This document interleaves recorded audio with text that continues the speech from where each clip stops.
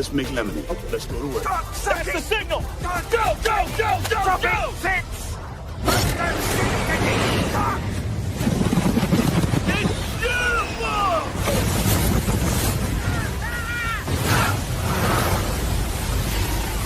Mother Nature just pissed her pants, dude.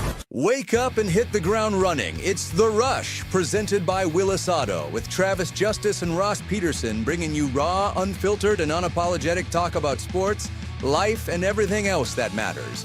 No filtered, no fluff, just The Rush. Happy Tuesday. Welcome to The Rush Radio Show, powered by Willis Automotive and Willis Volvo Cars. Huge savings on remaining 2025 models with discounts up to $13,000.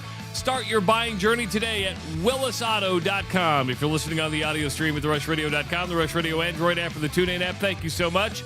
Watching on YouTube this morning, hit that subscribe button. Start leaving your comments like everybody is right now. And, of course, like the video and call the show at 515-517-2303. Follow us on our social media channels, Facebook, Instagram, X, and TikTok. I'm Travis Justice. He is still the grovelly voice, good-looking man, Ross Peterson. There it is. Yeah. There it is. Do you hurt it all? Does it hurt? No, not at all. No, I mean, a tiny little sore throat yesterday. It's getting worse, though. It's worse today than it was yesterday. Well, at one point yesterday, I couldn't talk. Yeah, because you called me, and I'm like, I was like this. I was like, oh, man. And think about making real estate calls. I'm calling builders. I'm calling clients. Hi, can I talk to Larry? Who's this? Peter Brady? How old are you, son? Are you hitting puberty? I usually had to send a text before I called that said, hey, heads up. It is me calling. It ain't going to sound like me. So it's all right. Doing good. Yeah, you called me yesterday, and I'm like, oh, he's not going to be able to do the show. So I started making phone calls just to put people on standby, put them in the bullpen. Nobody took my call. And I'm like, oh, my God. Because, I called Justin. Justin's got a big boy job now. Justin, all about us. He's forgot all about us. I'm like, hey, Ross has got a sore throat. Maybe not stuck. Can we pull you out of retirement? Man, I got to be to work at 6:30. Sorry, I'm out. I go, I get it. I can't. I'm like, whatever, dude. Whatever. Justin, how disappointing. Gets a real job, and all of a sudden it's his priority. It's important to him. Come on now. Ross has got a real job. I got a real job. I'm here every single day. Dusty's right. I think that the fix to this is probably a fishing trip. I should probably go up to Canada as soon as possible and spend a week hooking up with walleye, and that would do it. Then, really stretch out the vocal cords. Deep down, that's called therapy, and so it's all different. Maybe you should take, everybody's using red lights now. Maybe you should wrap red lights around your throat. Oh, red lights. I don't want to choke you out. That would be. No, it's not interesting to me. You never go, Courtney, choke me? No, never. That's not. Does Courtney ever say, choke me, Ross? Nope. No, I'm good with that too. It doesn't happen. Oh, God. Of course, as we were getting off the air yesterday, and people are aware because I don't. It's a bad thing of mine, Ross, but I'm still glad I do it. I don't put notifications on my phone. I don't like my phone beeping all the time. So when an X post happens or a Facebook post happens or anything like that, I don't like notifications. The only notifications I have are text messages and phone calls. That's it, because I don't want to be distracted during the day, and I really think it's kept me off my phone.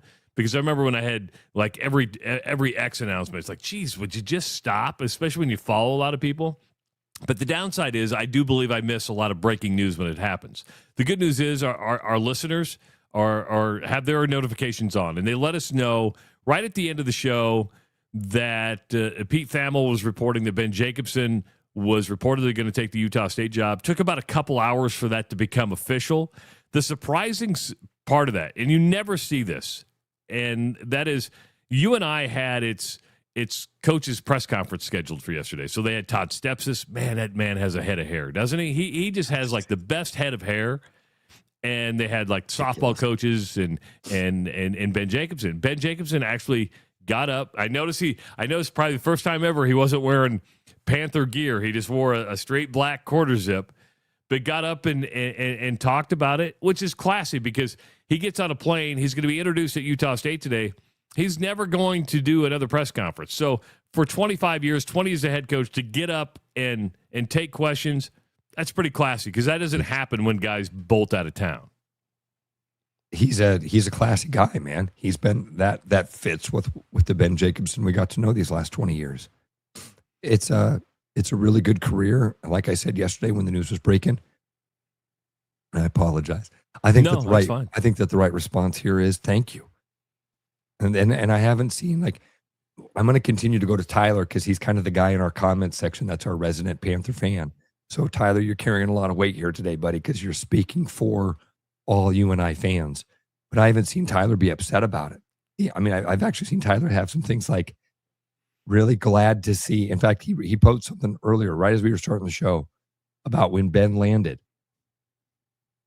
The look on his face to see Ben do that. He said it was a really neat thing to see Ben be very happy. And that's cool. That's the right response to this, I think. Ben Jacobson, thank you so much. And by the way, future can be bright. There's a couple of options, it seems like, in the pipeline with Tuttle or Green. Call McDermott. Bring McDermott. Bring back Greg. Right. Greg's heading to Phoenix to golf. That's what he's going to do. He owns a house in Phoenix. Greg McDermott's just going to sit there and golf. Has UNI told him how close they are to the John Deere Classic? He could go play that golf course. Be in the Pro-Am every year. Yeah, play with those PGA guys. Right. You know, I listened to the Ben Jacobson press conference yesterday, and he's the same age as me. He's 55 years old. And it resonated with me with what he said. He goes... And I put some social media stuff up yesterday of stuff we talked about. I said 5 years ago, Ben probably wouldn't have taken this job for a number of reasons, and 10 years ago. But what he said yesterday resonated with me. He goes, listen, I'm at a different point in my life. I'm 55 years old. My kids are grown adults now. And you kind of go, okay, do you got one more in you, right? You go, you love what you do. Is it time for a change of scenery? And sometimes it just is, right? You go, you want a new challenge. You want something to maybe the spark is there, but maybe have a little bit more resources. And he's going to have more resources at Utah State. That's hard to believe, but when you go to the Pac-12, you have to make an investment. And I think you know, if you look at the coach who just left. He was making close to $1 million a year, which is, $300,000 more than Ben was making. He had a guaranteed for his assistants at $750,000 a year, which I guarantee was a lot more money than UNI assistants were making. And you're probably going to have more NIL money. So you go, you know what? I'm going to make more money. I'm going to have more security for my assistant coaches, and I'm going to have more money to go get players to be part of a program and maybe stick around a little bit longer. Maybe they will, maybe they won't. But he's going to be a 5-year contract from Utah State. And when he said, "Hey, my boys are grown, they're adults. My wife and I are at a different place in our lives right now." It just seemed like the right time to make a move. So I can respect that. Travis, that's exactly it. I think it's the right time in his life for it. You're not going to do anything more at UNI. And the guy has watched the Valley fail UNI. Ben Jacobson sat there for 20 years while the Missouri Valley did nothing. The conference didn't do anything to build itself, to maintain Creighton and Wichita State, and you'd get good teams and they'd bounce. They were using you as a stepping stone. And I think it's got to be very frustrating for a coach like Ben Jacobson to have those same thoughts, Travis, that we talked about all year in December, in January, and February, knowing that those wins are only positioning you for Arch Madness. It's a one bid league, and it's going to be a one bid league for a long time. So now you can change your lot. You can get to the Pac-12. I want to pick your brain about what you just said because it's worthy of a conversation. And the first sign on the wall for the Missouri Valley Conference is when Creighton left, right? Creighton was the first to leave when it went to the Big East Conference, followed by Wichita State that went to the American. How many years? Do you remember the years? I think it was like a 2-year gap, maybe a 3-year gap. In my mind, you could have told me it was Wichita State first, and I wouldn't have remembered. Creighton was the first out, followed by Wichita State, because Wichita State was like, well, if Creighton can leave, and I think they knew the level of competition was going down. But you said the Valley failed Northern Iowa, and I won't 100% disagree with that. But what do you think the Valley could have done? Because the Valley's at a disadvantage when you don't have football. Now, sure, they have FCS football, and they had North Dakota State, and South Dakota State. I get that, but they're not even members from a basketball standpoint. What could the Valley really have done to enhance the competition level of that league? I don't know. I don't know what they could have done. They brought in Loyola Chicago. Loyola Chicago was the Final Four, and they bolted. Okay. But they replaced with Loyola Chicago. What if, Travis, they would have been proactive and tried to grow? And I don't know. And hindsight's 2020. I can't walk you through the specifics of what the Pac-12 did to make it fall apart. I don't know what's happening behind the scenes. I look at it and I go, the Valley has allowed it, and allowed is probably the wrong way to say it. The Valley has withered on the vine. The Missouri Valley Conference is not what it once was. It does not have, and I wouldn't say it ever had prestige, but it doesn't have the positioning that it did for a long time. So I don't know. What could the Valley have done? That my first thing is maybe have been a little bit more proactive, tried to grow the Valley, tried to reach out to some of those other teams to make the Missouri Valley the premier mid-major conference. But they didn't, and now it's way too late. Yeah, you mentioned the Pac-12. The Pac-12 fell apart because it could not secure a TV deal.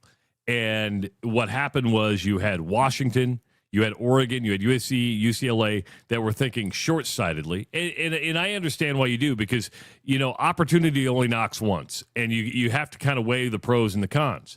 Well, you could take the guaranteed Big Ten money that was going to be there, or play the long game with an Apple TV streaming deal and other streaming deals that probably in 10 years are going to look tremendous, is going to be where you're at. But if you're UCLA, if you're USC, Oregon, Washington, you go, man, there's a lot of uncertainty here. And if we don't keep up now, you're going to fall way behind.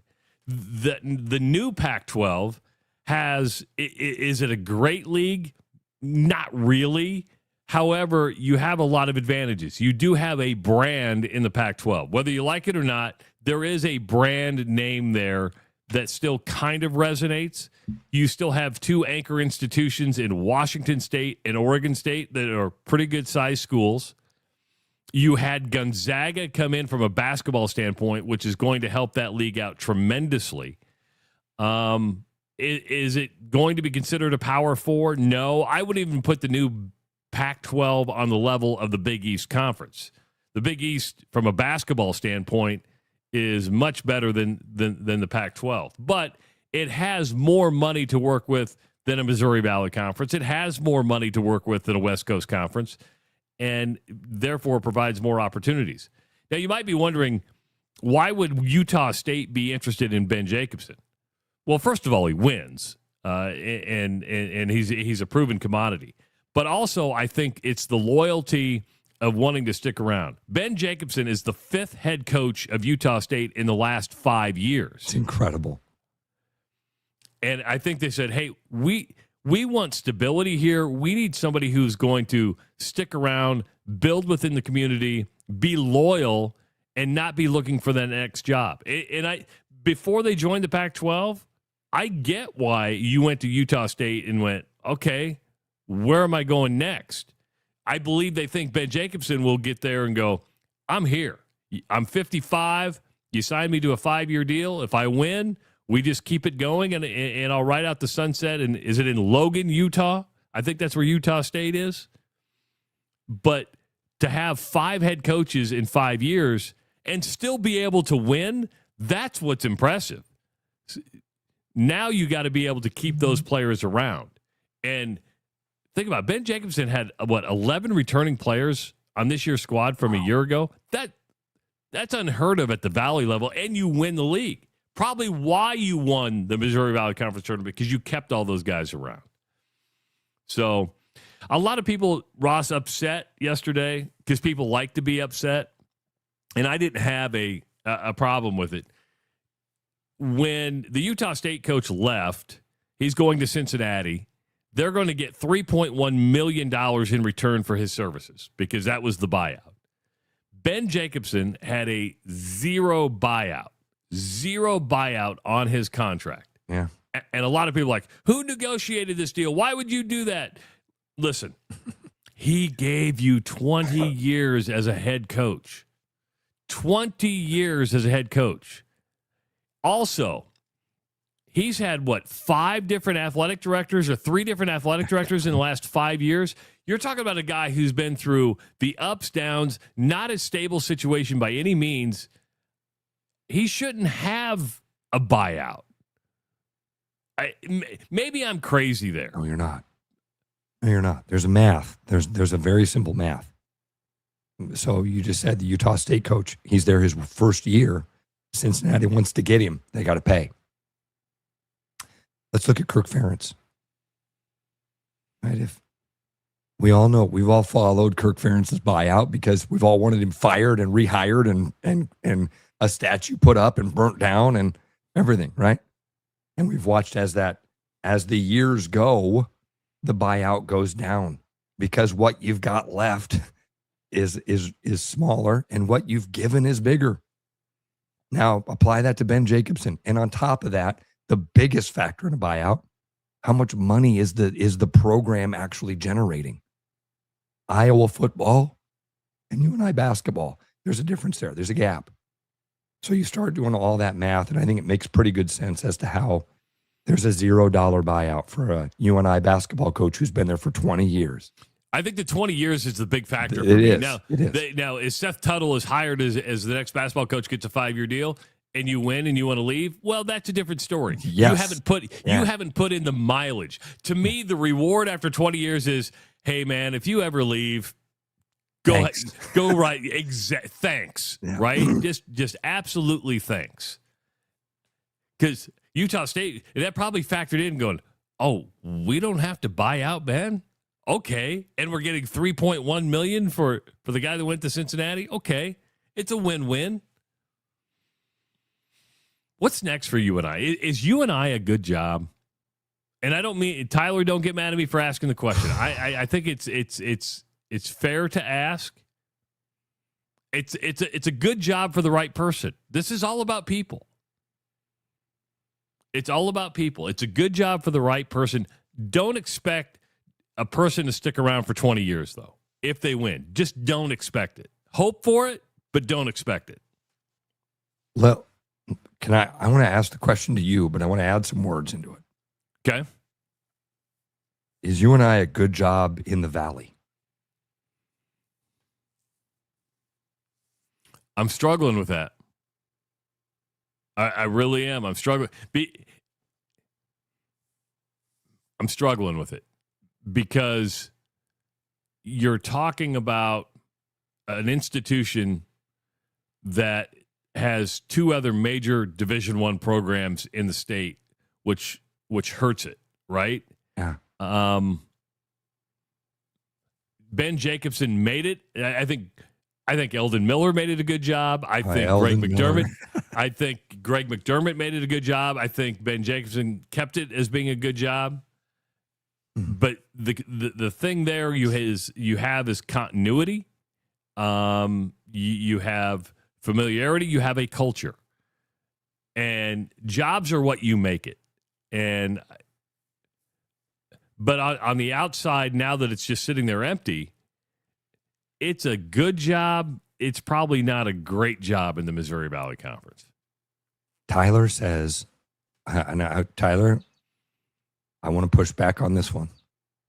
Tyler says, I just don't want a revolving door. Tyler, let me present a scenario to you. Seth Tuttle is your coach next year. You win 27 games. You win the Valley. You go to the tournament. Seth Tuttle gets a phone call. And then the next year, you do the same thing. What if, Tyler, you were allowed to have a couple years like Drake has had here? What if you, I know it's hard. You got to hope that Dr. Megan Franklin hits home runs like Brian Harden does, which is rare, really rare. I guess, what's your hope for? I mean, the truth is Darren DeVries probably stayed longer at Drake than most people thought he would with the success he had. Yes. Ben McCollum did not stay at Drake as long as most people thought, but that was lightning in a bottle. He wins 31 games. The Iowa job opens. It's a no-brainer. In my mind, both of those guys were sitting in the same office hoping for the same job. Probably. And then West Virginia called, and Darren's like, got to go. Ben happened to be there when they did when Fran was done. When Tyler, when you say you don't want it to be a revolving door, I get what you're saying. You've had stability. You want that stability with UNI. Success can be a good thing. And at that level, being really successful could mean that you do have some turnover from time to time. And turnover happens either for two reasons. You're not very good or you're really good. I mean, and what happens is you're talking about coaches at every level. It doesn't matter if you're at a JUCO level, the NAIA level, the Division III, Division II, Division I level. What are coaches? They're competitive, and they want to compete, but they want to feel they can compete at the highest level playing on the same playing field. And NIL has changed all that. And if whoever the new coach comes in and can keep players around and not let them leave, that gives you a better chance of being competitive, but it's not easy. And don't kid yourself. I do believe that the NIL factor here played a little bit in Ben Jacobs' decision, because you're like, okay, I only have so much money in the pool to distribute, and I can't compete maybe with a Belmont. I maybe not be able to compete with a Murray State. And if I can't compete in my own league, where is that going to put me overall in the long run? So it's going to be what the investment is going to be for Northern Iowa. And I don't know if there's a huge push or what the NIL situation is for Northern Iowa.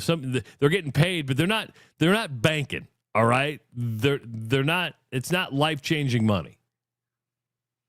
And that's what's going to make UNI very difficult to be a great job in the Missouri Valley Conference. I did see something yesterday, Trav, that said, and who knows if this is going to be true.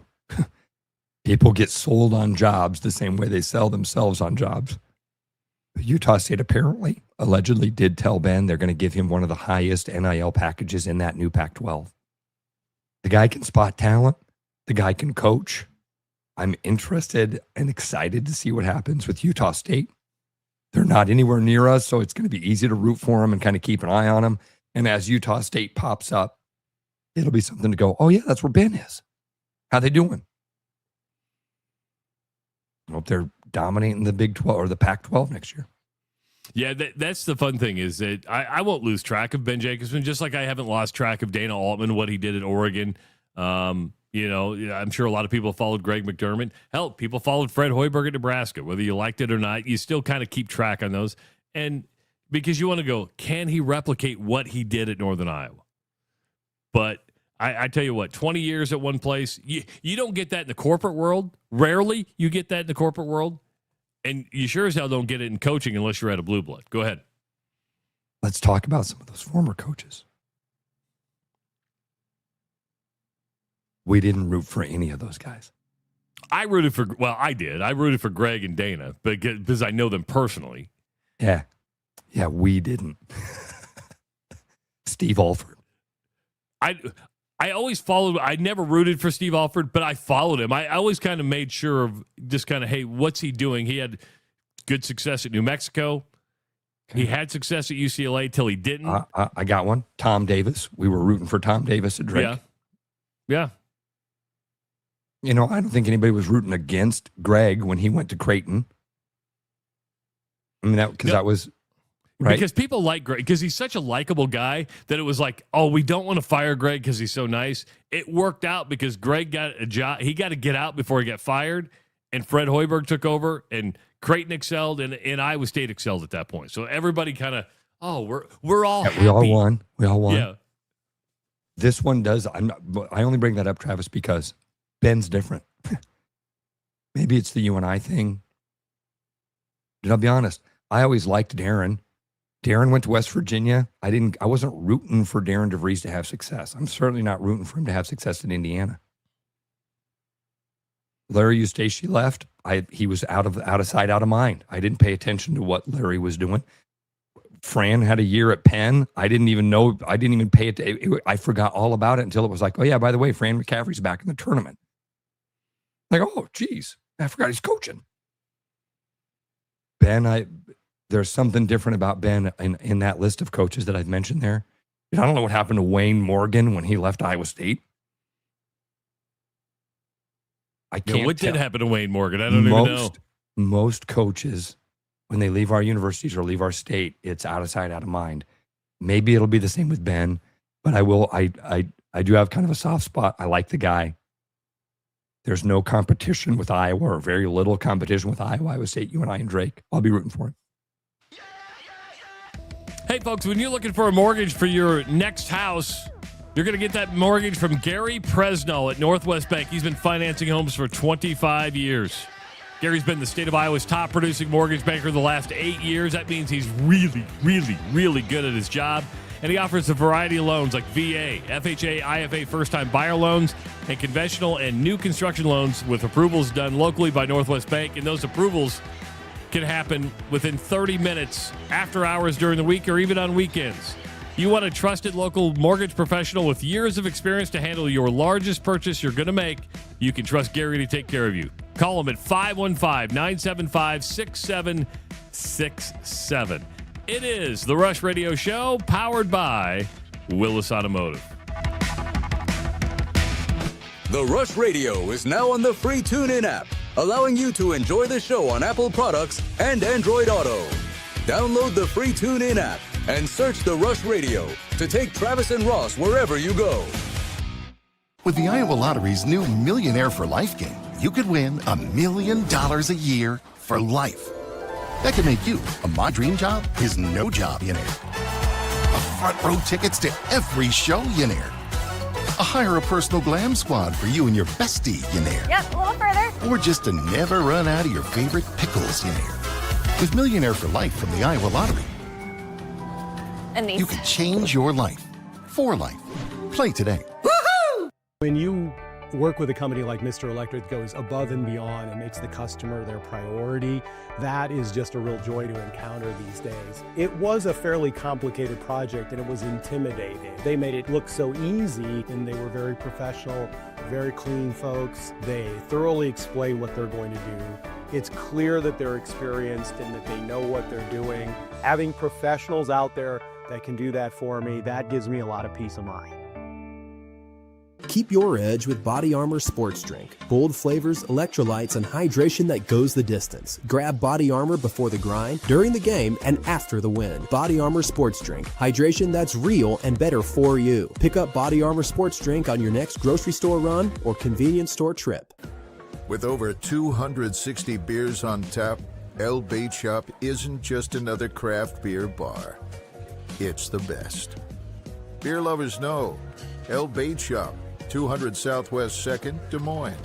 There's a new spin on casual dining near Drake University. Lucky Horse Beer and Burgers. Craveable faves, flatbreads, delicious burgers, frozen cocktails, and a crazy cool vibe. Get to Lucky Horse Beer and Burgers today. My name's Gary Presnell, and I'm a residential home mortgage banker for Northwest Bank in Des Moines Metro Market. I've been financing people's homes for over 25 years, and I'm an expert in financing VA loans, FHA loans, IFA loans, and new construction homes. This is my cat Norm. Norm knows basketball, but he doesn't know mortgage. And that's where I come in. There are a lot of Tom, Dick, and Norms out there doing loans.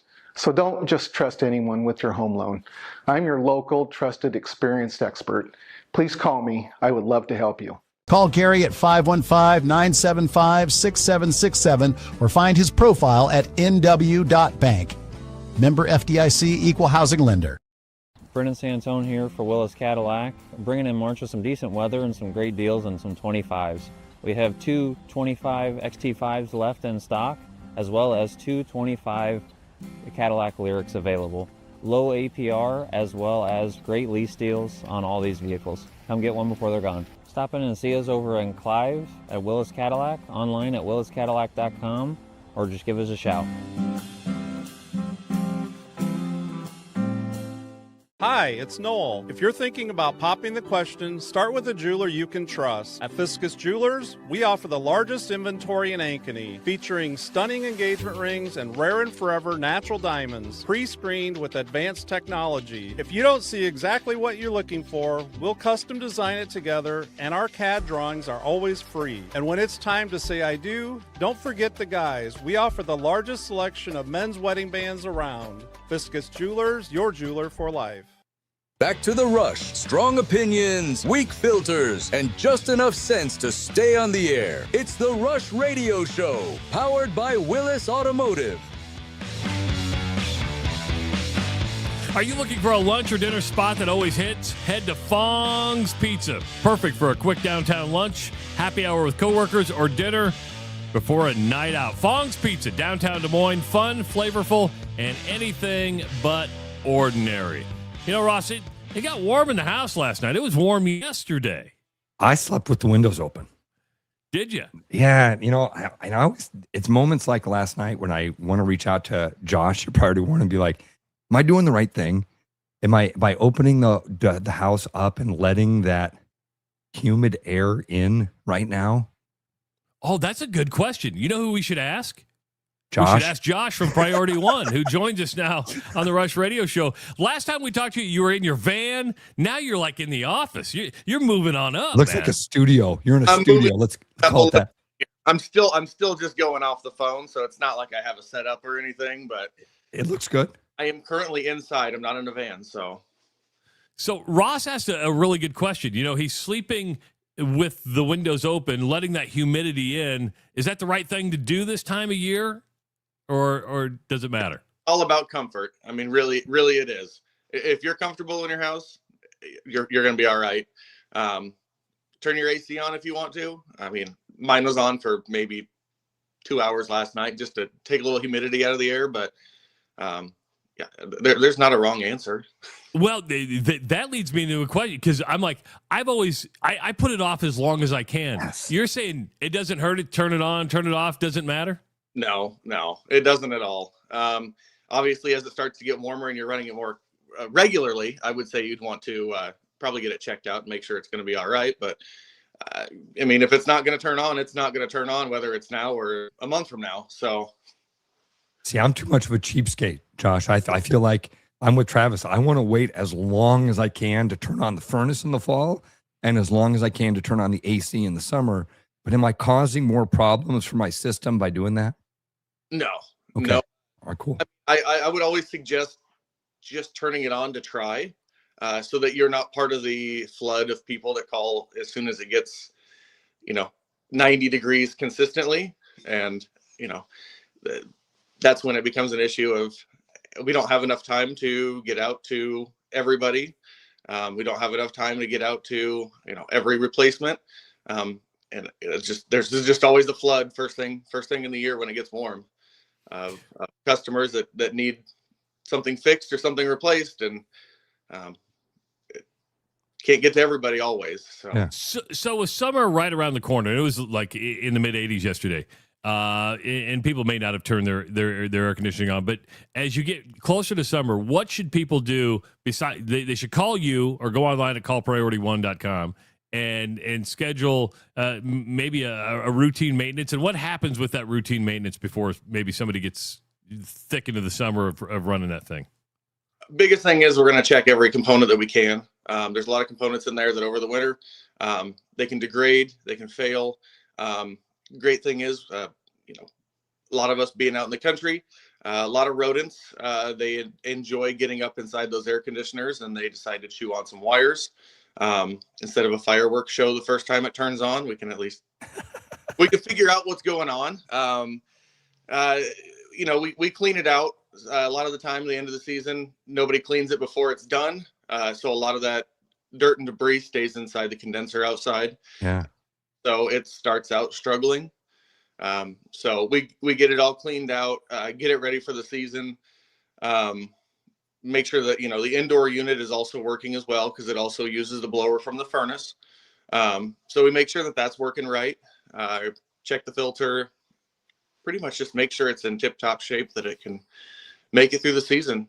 Yeah, go ahead, Trav, sorry. Do regular cleanings, maybe to your air conditioner and your furnace, as when we'll do this again in the wintertime, does that add longevity or life to the units? Absolutely. Just like getting oil changed in your car, if you get it done regularly, less wear and tear. In the middle of summer when it's 100 plus degrees and that AC is all covered up in cottonwood or whatever it is that gets plugged up with, it's struggling to breathe. It gets really, really, really hot, which then all the components inside there get hot. They put a lot more wear on them. And it's just not going to be good for it. It's not going to last as long. Compressor gets hot.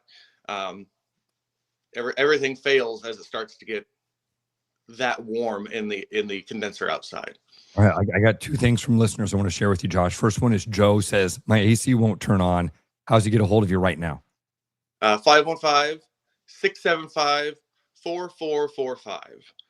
Don't call right now because my phone will go off and then and he's using it. So Joe, Joe, the fast way is to give them a call. That's 515-675-4445, or you can go online to callpriority1.com. So go online to callpriority1.com, and you can do it that way while Josh is talking to us. And Josh is going to be the one to show up at your house, right? Are you still me or Zach? Last time I was on, I was in the middle of hiring somebody.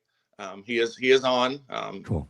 Again, longtime friend of mine, and also a Marine Corps veteran. So, we're having a good time. It's busy right now, but I think we're looking for another guy here soon. So. Oh, very cool. All right, this is one that I've never seen this before or heard this. What does this mean? Tyler said, my filter is electrified. Yes, there are electronic filters. Essentially, it's supposed to, I'm not a scientist or anything, but it's basically attached. The dirt's supposed to attach to it. And a lot of the time, they also add less restriction to the ductwork. So they allow better airflow through the ductwork at the same point that it's supposed to be collecting just as much dirt as one of the thicker filters. Do you have to replace those filters? Because my wife just bought a bunch of filters at Costco. She comes home, has the big pack that do you have to replace an electrified filter, or is that just like a self-cleaning one? Yep. Usually they're about a 3-month filter because again, they're a little less restrictive than the normal 1-inch filters. So they last a little bit longer. They are pricier, but you still have to replace them just like the regular filters. Excellent. Good stuff. Well, for everybody listening right now, you're going to have to turn your AC on in the next month or two. You might as well get it cleaned. Might as well get it serviced. And that's why you're going to call Josh at Priority One at 515-475-4445 or callpriority1.com. And let me give you a piece of advice. I think Josh will agree with this. Do it now, because if you wait till like June, you're going to be on a wait list. You're going to be on a long, long wait list. Yeah, you'd much rather find out now that you need something replaced, or a part replaced, or even the whole AC. It's a lot easier to get on the schedule now than it is to do it end of May, early June. So excellent stuff. Josh, thanks for taking the time Josh. this morning. We appreciate your support of the show. Thanks for having anytime. Go ahead. One other quick one. Iowa Norseman asked, how far north will you travel? I've went pretty far north. Thanks to your show, somebody called me Carol. And I did go there to do a replacement up there. And they're super happy. So, holy cow. Normally in my realm of locations. I would say as far north as Ames or the surrounding areas of Ames. Cool. But give him a call. He might go to Carroll. Thanks to the show. He'd go to Carroll. Thanks, Josh. Appreciate all that. Josh. Man. Thanks, man. Very cool. Guys. Bye, all right, buddy. we'll talk to you soon. Josh joining us from Priority One Heating and Cooling. Again, 515-675-4445 or call PriorityOne.com. And the regular maintenance is key. But trust Josh. Get your thing scheduled now, because you do it in June, you're going to be like, what do you mean you can't clean me till August? And I did see a couple people post, and it's basically giving props to Josh. Oh, here was one. Jason said, highly recommend Josh. Excellent service. And I've had a couple people reach out to me and say that same thing. He's done great work. So keep it up, buddy. I did not know about the electrified filter. I love it when I learn something new every day. I had no idea there was such a thing as an electrified filter. I'm like, really? It's all ball bearings now. Didn't you know? Ray says there's even electric bongs. What? No. What? No. That's no fun. That's no. Don't you want to use the lighter? You don't want to hit like a. There's a whole process. You got to have the. Yeah, I mean, if you just like hit a button to heat up your weed, that's not fun. You want to use your lighter. I mean, it's still fun, but I've never smoked a bong. Really? Ever. So you so you didn't know how unbelievably good that sound effect was. No, I knew how. I've been around a bong. It was so good. I've never smoked a bong. I've smoked a joint and I've smoked out of a pipe, but I've never done the bong thing. Been there. I'm like, oh, okay. I did once. That's it. He knows how he did that. He goes, I did once and maybe twice. Honey. Was it twice? Ross down in the honey. Trying. Another big story that hit yesterday was with the Iowa women's basketball team. And on Thursday, we're going to be joined by a guest, Aaron Velichko, who's McKenna Velichko's dad. You met him when you were in Arizona. So I was in Arizona. I was doing the Behind the Point Spread podcast for the John Higgins Basketball Association. He is the assistant commissioner, kind of runs basketball for the West Coast Conference, but he's also the father of McKenna Velichko, who's a McDonald's All-American, a 5-star basketball recruit. And Ross, last week you asked about NIL and how this all works, especially when it comes to, and he's not going to give us numbers, and I'm not going to ask him to say, how much is McKenna making? That's none of our business. But the stuff that goes on behind the scenes and how it all works. Well, yesterday, Addie Deal, who is a 5-star recruit, won a Big Ten Freshman Award this year. Her playing time was a bit sporadic. She had a good game the day after, I think, Taylor McCabe went out, or the same game that Taylor McCabe went out, but she wasn't consistent. Decided to go into the transfer portal. And there's a lot of reasons for this. A lot of people point towards Jan Jensen, say, this is Jan's fault. Her playing time was sporadic, didn't play her enough. I think there's more to this. And I think people need to realize that any time that people go into the transfer portal, and Bill Fenley, when he was on with us 2 weeks ago, kind of hinted at this. And you need to pay attention to what these coaches are saying. And that is agents are sharks. Agents are going to attack. And when you don't have a 2, 3, 4-year contract, they're going to be shopping your services nonstop. And then when you have parents that are extremely involved, not happy with playing time, they're going to get into an athlete's ear and say, you're not playing enough, you're better than this. Agent can say, hey, I can get you more money somewhere else. And you look at Jan Jensen and you want to blame her because it's easy to blame the head coach. It's easy to say, you didn't play her enough. You didn't use her talents enough. I never thought Addie Deal, every time I watched her, felt comfortable at the Big Ten level yet. Not saying she wasn't going to be a good player all along, but she didn't impress me when she got her opportunities. And and if you want more playing time, Ross, what do you have to do when you get in the game? You have to make the most of your opportunities. Yeah. Listen, I think Addie's going to be a great basketball player, and I think she would have been a wonderful addition to the Hawkeye team, and Hawkeyes would have been better with her than without her. There's we shouldn't take any minute to be like, well, Addie didn't live up to the hype. No, did she have a great freshman year? No, but she had a really good freshman year. She was freshman of the year in the Big Ten, right? Wasn't she the freshman of the year? I don't know. I don't think she was like on the all freshman defensive team or something like that. I mean, she had a good year. The Hawkeyes would have been better with her next year than without her. Absolutely. I won't deny that. So it's silly to say stuff like, well, she didn't impress. She was good. I want to find, there is a person I think to blame here, or there's a person. There's a way to find a cause to this, I believe. I think that the unspoken part of all of this NIL conversation is the word agents. We've talked about how everybody wants more, everybody. Your bosses, the shareholders at your company, they want more. And if that means firing you for them to get more, they're going to do that. Agents are weird. Trust me, I work with a lot of them. Some agents are desperate for a deal.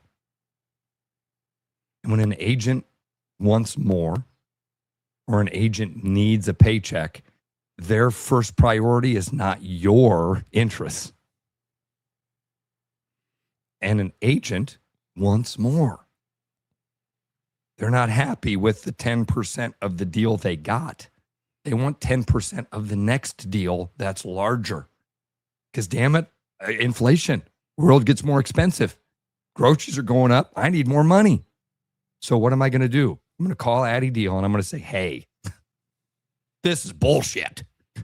They're not playing you 40 minutes. This is bullshit. Let's get you out of there. Let's find a place where they appreciate you. And you get bad advice. I am 100% convinced that is a huge factor in what we're seeing with this NIL stuff. Because look at what happens. Some of these guys most of these players don't end up in a better situation. We've talked about that, how most of these players that enter the transfer portal are going down. They very rarely are stepping up and getting a better offer and a better opportunity. Very rarely. So what is that? That is an agent overplaying their hand. Some of it is kids want a better opportunity. They want to play. Addie Deal was going to play. Her parents moved to the Iowa City area. They wanted to be a part of it. What happened? Do you think Jan Jensen pissed them off so bad? No, my gut says she got bad advice. I would agree with you. And bad advice could come from an agent. It could also come from a parent. And meaning, my wife gets so bad at me. And that is, I'm on a couple of these Facebook groups where Greta goes to school. And I watch these parents, because it's like SCAD parents, right? And I watch these parents try to solve their kids' problems from 1,000 miles away from home. Like and finally the other day I got on there, I go, would you let your kids be adults? They've moved away. Let them figure this shit out for themselves. If you don't let them fail, they won't continue to grow. Greta's never called us for advice. She's never called us to, hey, what's the bus schedule? Where do I go for this? Because I'd say, figure it out. I'm not there. It's your job to figure it out. But all these parents do, and I'm going to get back to Addie Deal, is that they want to solve their kids' problems. So if your kid's not playing as much as you want them to play, don't sit there and get in their ear. Say, go to the coach and find out what you got to do to play better or play more. And you heard Bill Fenley say it 2 weeks ago. Sometimes he doesn't get to talk to the players. Players now are like, go through my agent. Well, what kind of relationship is that? And if you don't think it's that way at the men's level, you're crazy. If you don't think it's that way in football, hey, could we have a conversation? Talk to my agent. I don't want to talk to your agent. I want to talk to you. I want to build a relationship with you. The only way Because what we're doing now, you hear Tyler Kluver on Fridays always talk about the culture and the interaction that you had. You Ben Jacobson, how was he able to keep 11 players from the year before from not going? Probably had a personal relationship. If you take the personal relationships out now with coaches and say, man, you got to deal with my agent, you won't have a culture there. You won't have a relationship. And I get that a 5-star wants to be a starter and play 25, 30 minutes a game. There is a transition. There is a jump from high school to Big Ten basketball that has to take place. And the reason it shocked me she left, you have McKenna Velichko coming in, who might go through the same thing next year of you dominate at the high school level. This is why you and I don't like recruiting. You could dominate at the high school level all you want. Dominating, you want to impress me? You want to call yourself a 5-star? Dominate at the college level. Yeah. You have to earn that. I saw something the other day, Trav, about that Waukee team from a couple of years ago that had the Sanford brothers, DeVries, and the McDonald's All-American Omaha Blue. Remember that name? Yeah. Who's at Wake Forest? Who was, That's why high school, great. You're a great high school player. Terrific. You're going to have to show it at the next level. Nothing's going to be handed to you, and everybody at the next level is really good and wants to beat you. Well, I saw an Iowa State fan watching BYU, I think, during the NCAA tournament. Might have been the Big 12 tournament. Forget the kid's name at BYU. It's escaping me real quick. The superstar was going to be a first-round draft pick, right? They're like, call me crazy, but this is what I thought Omaha Blue was going to be. Yeah, because when you watch him in high school, you're like, well, just physically and athletically, he dominated everybody. And then you get into, there's other players out there with the same body, same athleticism. You mean UCLA isn't full of kids, 17-year-old Iowa kids? He went from playing against 17-year-old kids from Des Moines, Iowa, to playing against other Division I All-American men. There's a change there. There's a big change. And Addie Deal, there's a difference from going to playing 17 to 22, 21-year-old women. And again, I thought she had a really good. I thought she had a good freshman year. I had friends that are basketball friends that thought she should have gotten more time, that they really liked what she did with the opportunities that she got. She was going to be a big part of this team going forward. So no knock on Addie Deal. I don't see any. I wish she had been. I wish she were going to be a part of the Iowa team going forward, but she's not gonna. And I think that's bad advice. And so people are like, Jan's on the hot seat. This is Jan's fault, and I don't believe it is. I think this year's Iowa team overachieved by getting to a number 2 seed in the NCAA tournament, by getting to a number 2 seed in the Big Ten tournament, getting to the Big Ten championship. I think this team actually overachieved, and that's hard. I do. It's hard. Dude, well, hold on. The Iowa women's basketball team was a Final Four team. 2 years ago, yes. Right. It's 2026, dude. We talk about this all the time. There is no room to go backwards. That's no room. fair. No That's room fair. to go backwards.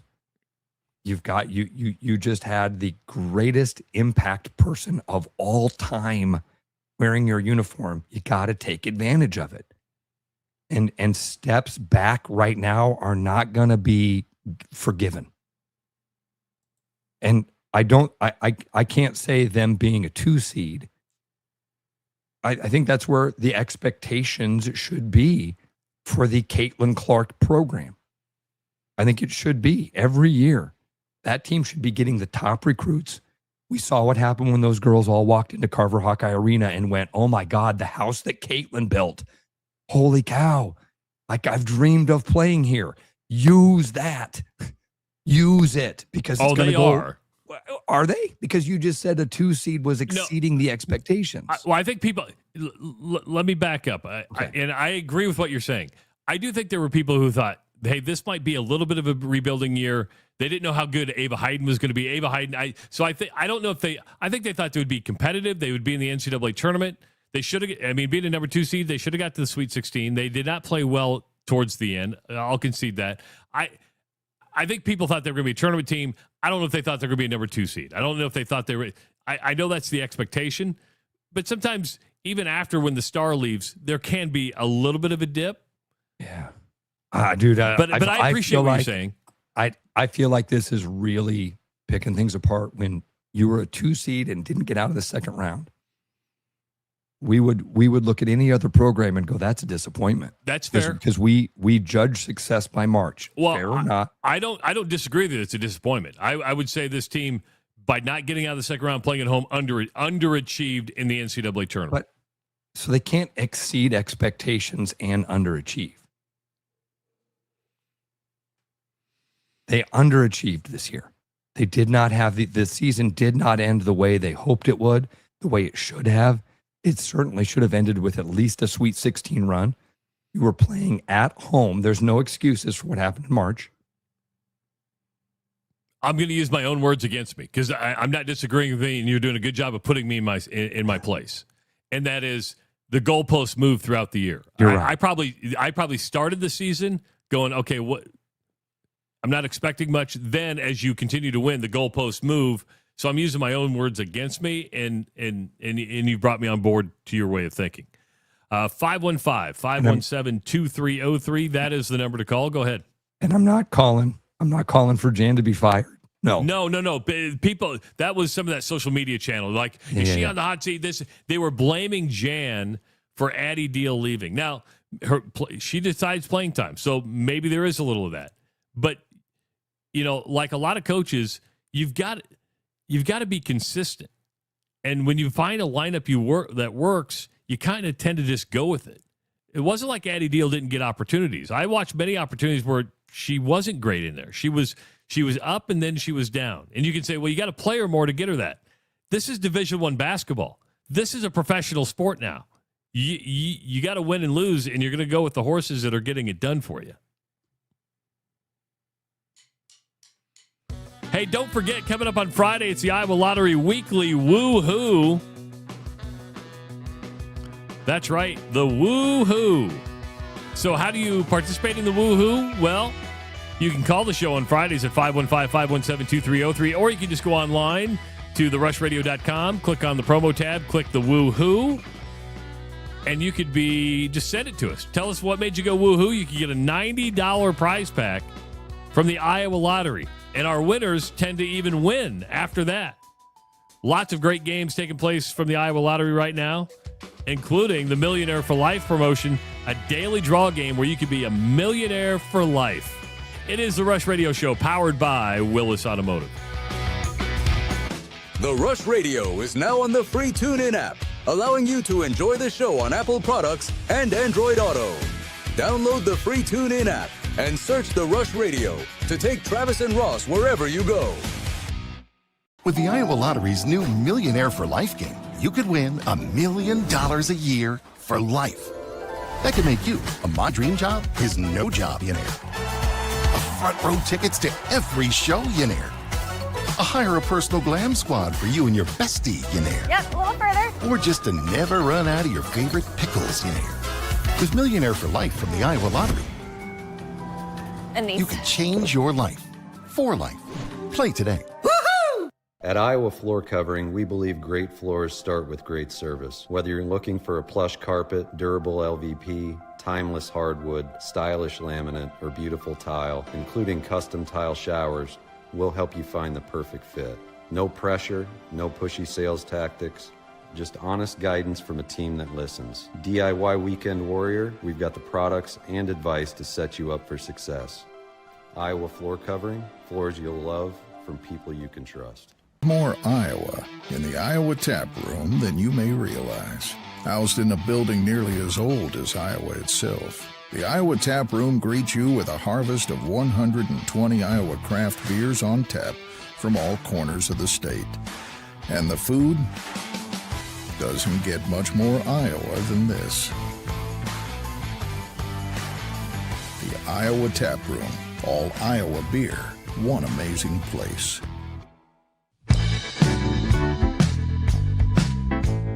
There's always something new at Fong's Pizza and an ever-changing menu of tiki drinks. Or try our new noodle dishes alongside your favorite slice. It's all happening at the new Fong's in the East Village. Thinking about buying a home? Get pre-approved in 30 minutes with Gary Presnell at Northwest Bank in Des Moines. Gary offers first-time home buyers programs, VA, FHA, IFA, and conventional loans. Call Gary at 515-975-6767 or find his profile at nw.bank. Member FDIC Equal Housing Lender. Start spreading the news, 'cause it's time to buy booze, and there's only one place to be. You can see all your friends, the good times never end, unless you're just loitering. It's Central City, we can make your dreams come true. No guarantee your dreams will come true. Central City, all this booze is waiting for you. Look at all this booze. Hi, I'm John Linares with Willis Lexus, and I've got some exciting news on this beautiful March day.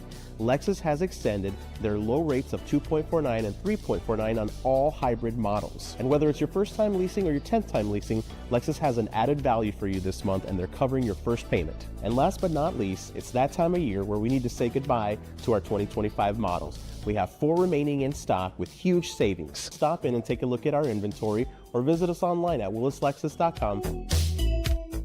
Your house wasn't built for bats, birds, or raccoons, but try telling them that. At Bats and Bugs Pest Solutions, we've been helping Iowans take back their homes for over 20 years. We use cost-effective, eco-friendly methods to solve wildlife and pest problems the right way. Whether it's bats in your attic, birds in the vents, raccoons in your chimney, or moles in your yard, we have long-term solutions. Call Bats and Bugs Pest Solutions today at 515-218-3400, and let's make sure your home doesn't become their home. Every business has priorities, and Priority One Heating and Cooling is no different. As a service provider, we prioritize quality air conditioners and furnaces that will keep your home at your comfort level year-round. As a small business, we prioritize doing things the right way and treating people fairly. As a truly local business, we prioritize our community. As a veteran-owned business, we prioritize duty and commitment. For big business service with local value, trust your home to the place where you are always Priority One. Game on, keep your edge with Body Armor Sports Drink. Bold flavors, electrolytes, and hydration that goes the distance. Grab Body Armor before the grind, during the game, and after the win. Body Armor Sports Drink. Hydration that's real and better for you. Pick up Body Armor Sports Drink on your next grocery store run or convenience store trip. Like a rash you thought was gone. Travis and Ross aren't contagious, but they are addictive. It's the Rush Radio Show, powered by Willis Automotive. Hour number 2 of the Rush Radio Show, powered by Willis Automotive and Willis Cadillac. Escalades are available right now, which rarely happens. They also have Escalade allocation open, so you can order yours today. Start your buying journey at willisauto.com, and you can look for a number of different brands, including pre-owned cars at Willis Waukee Pre-Owned. So any car you're really looking for, Willis Automotive can probably find it for you, new or used. I'm Travis Justice. He's Ross Peterson. If you're listening on the audio stream at therushradio.com, the Rush Radio Android app, or the TuneIn app, thank you so much. Watching on YouTube, go ahead and hit that subscribe button. Give this video a like, and call the show at 515-517-2303, and follow us on our social media channels. I want to thank Josh from Priority One for joining us in the first hour. Good stuff from Josh. We learned about an electric filter. We didn't know that even existed, so we learned something today. And just a quick reminder, get your AC cleaned up. It could save you money in the long run to keep that thing good and tuned and from bad things happening. Because the last thing you want to do is have your AC go out in the middle of the summer. Not fire up. Go to turn it on, and it, like you said, you get the fireworks show. Yeah, there's nothing worse than you turn it on and cool air isn't coming out, and you're like, oh, the house is hot and it's blowing hot air. Hey, we got to get an update on something. Okay. What happened with the missing license plate? Oh, okay. I can give an update for that. So what happened was, you may or may not remember the story, but my wife noticed as she was getting ready to go to Louisiana for spring break that our front license plate was missing. And we were trying, she was like, I think it fell off during a car wash, all this other stuff. Well, I went and looked. I mean, the screws were gone, everything. I go, Ange, our license plate was stolen. And now we probably think it would happen when we were in Italy because she backed the Defender into the driveway. So it was pointing out. And we just don't pay attention to the license plate. So she drove to Louisiana with one plate. We didn't really know what to do. So she called the DMV when she was down there. She goes, hey, just to let you know, what should I do here? They said, file a police report now. Like we told you that day. I know. So we filed a police report, and then they said, take your back plate off. Drive around with zero plates. Like if you get picked up, tell them what happened, and here's the police. So she had a case number.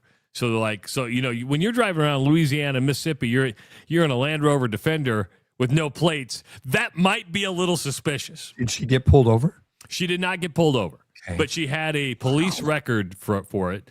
So then I just went to the DMV and I said, hey, here's the case number, and they just issued us new plates. But the police report is good because it shows those plates are stolen, and if it gets put on another car, they'll know that that's what happened. I have new plates.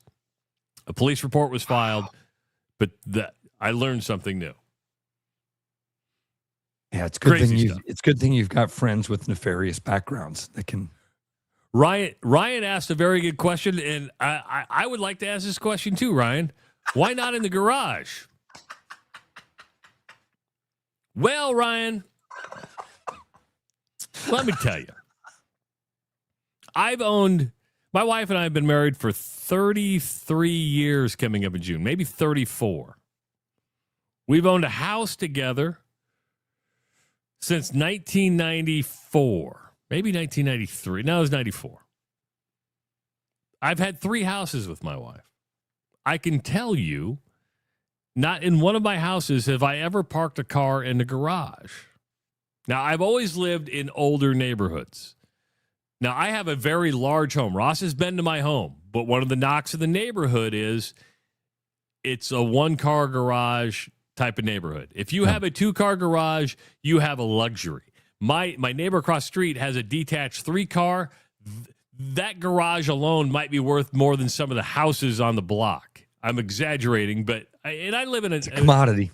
It's a commodity. I think Ross will agree. I live in a pretty nice neighborhood. Yeah. Not gated like Ross's, but it's a pretty nice neighborhood. But what happens to my garage is it becomes a storage shed. Is essentially what happens. Yeah. And we have a lot of stuff in there. And then after the flood, it got even worse. And we haven't removed some stuff. And even Owen showed up the other day. He goes, we got to get this stuff out of here. I'm like, yes, we do. Yeah, in the old cars, I didn't care that much. But with the new car, it's not even about, it's about hail. As we get closer, I'm like, I do not want hail damage to this car. It's it's the nicest car I've ever owned. I don't want to be going to Willis and say, hey, can you pull the hail dents out of it? So, yeah, my garage is a storage shed, essentially. Most of ours are, Trav. As a realtor, I tell you that, don't feel bad about that. Most people turn their garage into some sort of collection area. The overwhelming majority of third stalls are not. Yeah. There's not a car in the overwhelming majority of third stalls.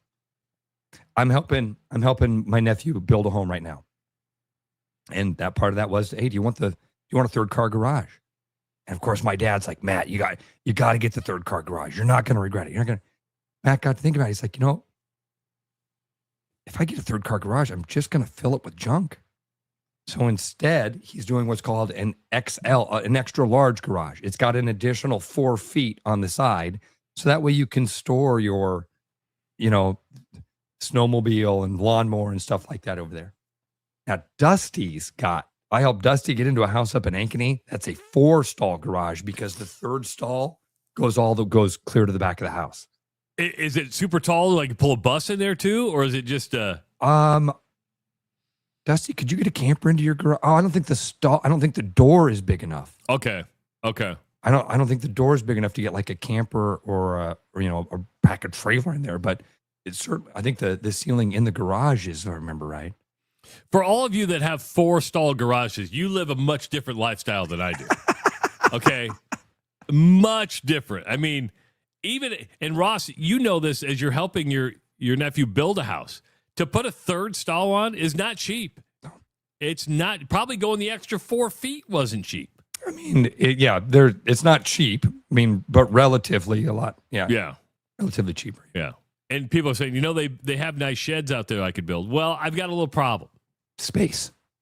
Well, I have a space problem, but I'm getting a new shed as soon as my neighbor tears down her walnut tree so I can put up a new fence and then I can put a new shed in. There's a method to the madness, but it just takes time. Just takes time. And I wouldn't say we move very fast around the Justice household. Well, your neighbor would probably be a lot more likely to take that tree down if you hadn't been chucking dog poop into her yard for the last decade. I don't know what you're talking about. I have no idea what you're talking about. Yeah. Now that there's not a fence there, if I see poop, I go scoop it up. Because I don't have to chuck it anymore. But now I scoop it up. But I want to get a new fence in. Because what happened is I didn't know this. You know how windy it's been lately? Well, without that fence, there's no barrier. Like, I have my covers on my patio furniture. They were like down the street. I'm like, Jeanette, this never happened. I'm like, oh, we don't have a fence. That fence always kind of was the wind barrier. So I need to get a fence up. But that walnut tree needs to go down. And she's going to cut it down because she called me and said, hey, I get it now. I'll cut it down. I'm like, good. You going to remove the stump too? Because that's a big part of it. But it's right on the property line. Half the trees in my yard, half the trees in her yard. But we'll get that taken care of. So that long-winded story about the license plate. I like it. I'm glad we needed the update because a lot of us were on the edge of our seat for the last month. I'm sure you were. My God, what happened to that license plate? The day it happened, I'm like, call the cops. I know. I should have listened to you. Really? Hell well, yeah. because Anjanette was convinced it was lost. And I'm just trying to convince. She's like, no, it just fell off somewhere. Well, even if it fell off, you should probably report it because if somebody picks it up, they could put it on their car and do stupid stuff with it. You brought something up, though, that is also another hot button issue for me and a serious pet peeve as I drive around Des Moines, Iowa. And as I mentioned this, we're going to have two responses. One is going to be people that go, holy cow, I've seen that also, Ross. And then the other thing is going to be a week from now, people are going to go, hey, Ross, I'd never noticed that until you said it. The number of people driving around our community with no plates or temporary plates is freaking crazy. Crazy. No plates whatsoever? No plates or the temporary plates or dealer plates. It's not normal. It's not normal. There's a lot of it. I see it every day. I mean, it's always nice to see people driving new cars, but it's alarming. I'm curious, and because now if it happens for longer than a month, I get. But I have to ask. We'll have to ask Jason Willis or Josh over at Willis Auto. And I don't know if when you buy a new car or even a pre-owned car in Iowa that you get in transits anymore. I don't think they give in transits, or do they? I don't know. So the if little paper sticker, I see those from time to time. Do you? Because it used to be, hey, in transit, meaning you've got a month to get your license plate, pay your taxes, and it would put like the due date up there. I don't know if they do that anymore. So if they don't, you got a month to get it done. Now, the note, but you're right. When you see a beater and you're like, holy crap, you going to put some plates on that? You going to pay your fair share to the government? Dude, see, Alan, 100. It's an epidemic on the east side. I'm telling you, you will have multiple people that'll be like, oh yeah, I see this a lot. Yeah, now that you've mentioned it, I see way too many cars on our road driving around that don't have plates. Does it bother you when you see a lot of out-of-state cars that you know aren't out-of-state? What do you mean by that? Okay, so technically I'm breaking the law in Louisiana. My daughter lives there full-time now, right? She's renting a house, got a full-time job down there. She conducts her life in Louisiana. Well, she has the Fiat 500 because and it's paid for, but I pay the insurance. We keep it licensed in our state. We technically should license that in Louisiana and pay Louisiana. But you know what the insurance rates are? I'm like, holy crap. Insurance in Louisiana is nasty. So I don't notice, I guess, out-of-state plates as much, Trav. Okay. Yeah, I just seem to notice a lot of cars driving around that don't seem to have proper licenses. If you can't afford the plates, you probably can't afford a car. I don't think that's it. You don't? No. I don't think I can't afford it. I think I'm not going to get on the system. I'm not going to register this thing. Boy. Dude, everything's broken right now. And I'm not overstating it. I'm not being everything's broken. We have fraud happening at massive levels. Do you know that right now, Travis, you and I, as American taxpayers, everybody listening to this show right now, every single one of us, we are the victims of the largest theft in recorded history. Did you know this? The American taxpayer is the victim of the largest theft to ever occur in the world. Right now, it's happening to all of us with all the fraud that's happening with all sorts of people. And so a couple of things are happening. Number one, you've got the fraudsters who are saying, I ain't paying into the system. I take from the system. I don't pay in. I take me takey. And then you've got people who are fed up with paying into the system as they get taken from. And they're going, you know what? Screw it. If there's no consequences for people raping kids, why should there be consequences for me not paying a $400 licensing fee? Yeah, it's funny. And It's I'm going not to going to ramp give up. the And it's number. only going to ramp up. Only going to ramp up. I'm not going to give the number. I gave you the number yesterday because we were talking. But I can't believe you cut the check, dude. I'm dead serious. I can't believe you cut the check. I got my taxes done yesterday. I had to send the government some money yesterday. And my wife, who's a lot more left than I am, finally said, we got to give the government how much? What are we getting for that? I said, it's our duty. I mean, We got to pay the money so that we can be stolen from and bomb other countries, dude. Cut the check. Cut the check because the government's going to run out of money. We aren't going to be able to bomb people in other countries if you don't cut the check. How are we going to pay the Quality Leering Center? How are we going to pay 5,000 hospices in one address in California? Pay the fucking money. What I didn't understand is the extra money I was getting charged. So I finally told my accountant, I said, hey, we need to pay estimates. You know, maybe I should pay an estimate. He goes, yeah, that'll save you money. I go, what do you mean?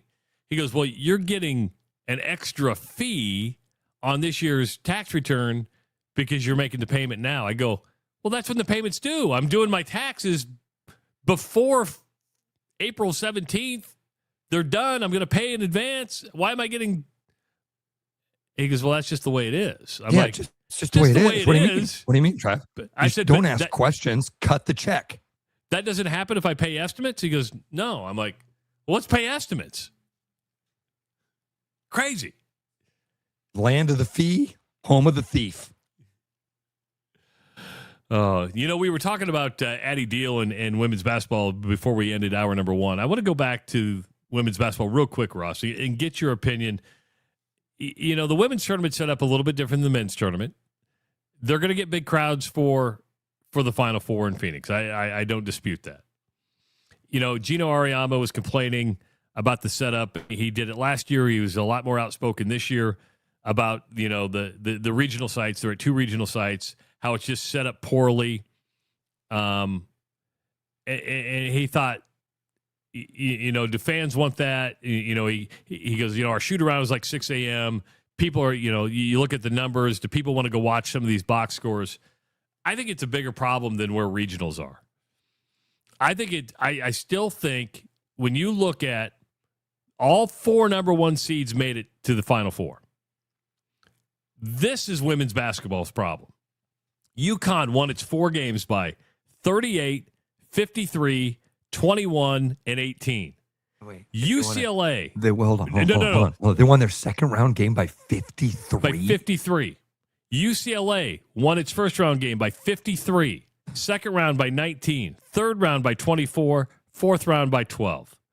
Texas won its first round by 42. Its second round by 42. Its third round by 22. Its fourth round to get to the Final Four by 36. South Carolina won by 69, 40, 26, and 26. Jesus, dude. They won by 150 points. Women's basketball is not a regional problem. It's a depth problem. Meaning you have 4 and there's nobody else. Travis, South Carolina scores. Did you 69, say 40, 26, and 26? Yeah, there's 154 points. What? They won 4 games by 154 in the NCAA tournament? Crazy, isn't it? So what that says to me, there should be 2 tournaments. The top seeds and then everybody else. Yep. Women's basketball cannot grow at the college level. And it's grown. I concede that. Yeah.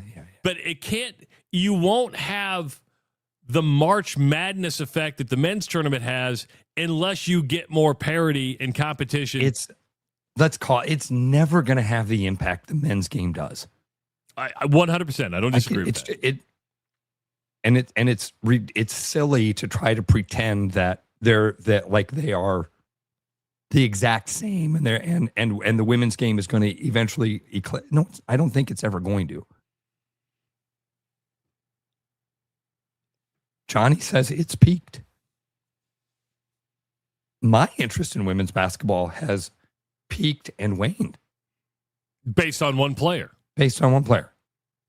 And I'm not that much into the WNBA so I'm a Hawkeye fan. I'm rooting for the Hawkeye women to do well. I hope they do great. I hope McKenna Velichko comes and makes this team a Final Four team again. That's what I hope as a Hawkeye fan. Has the game, when we talk about the growth of the women's college basketball game, Gino Auriemma to me is kind of like talking to a soccer fan. Like, dude, you've been trying for 20 years to convince me. You ain't the one that's going to convince me, Gino. In fact, I'm not sure you're good for the game. I'm not sure your dominance. I'm not sure it's been good for the game. Because what grew the game more than anything was Caitlin Clark. It was a player. So Gino Auriemma coming out every year and lecturing all of us about the women's basketball game has had that soccer effect. Where you hear it enough, you go, you know what? Now I don't like it just to spite you. Just because you keep telling me I have to like it. And you keep telling me how I'm the dummy because I don't. No, I'm done with Gino. I have been for a long time. Did those scores surprise you? And it just wasn't like one team. It was all 4 teams, which is crazy. Did they surprise me? No. I think it is when it's laid out, though, there's a wow factor there.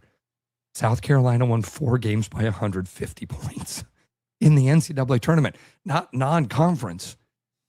If they were beating North Carolina A&T by that, we'd all go, well, yeah, that's South Carolina playing North Carolina A&T. No, they're beating some of the best teams in the country like that. And just so your math is correct, it was 161 points. 161. Okay, I was trying to, see the East Side math.